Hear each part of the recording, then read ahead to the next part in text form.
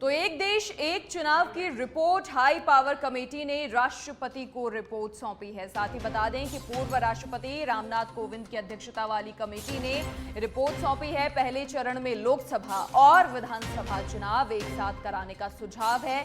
साथ ही दूसरे चरण में नगर पालिकाओं पंचायतों के चुनाव एक साथ कराने का सुझाव है। त्रिशंकु लोकसभा विधानसभा की स्थिति में नए सिरे से चुनाव की सिफारिश है। साथ ही सभी चुनाव के लिए देश में एकल मतदाता सूची तैयार करने का भी सुझाव इस रिपोर्ट में दिया गया है। लोकसभा विधानसभा का कार्यकाल एक समान रखने का भी सुझाव दिया गया है।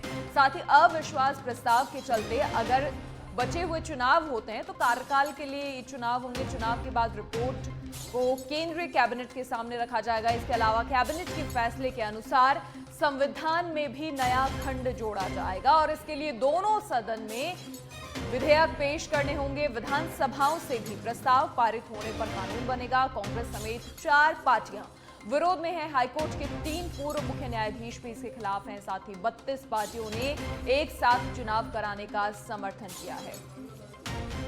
तो हाई पावर कमेटी ने राष्ट्रपति को ये रिपोर्ट सौंपी है जिसमें कई सारे सुझाव दिए गए हैं। एक देश एक चुनाव की रिपोर्ट सौंपी गई है।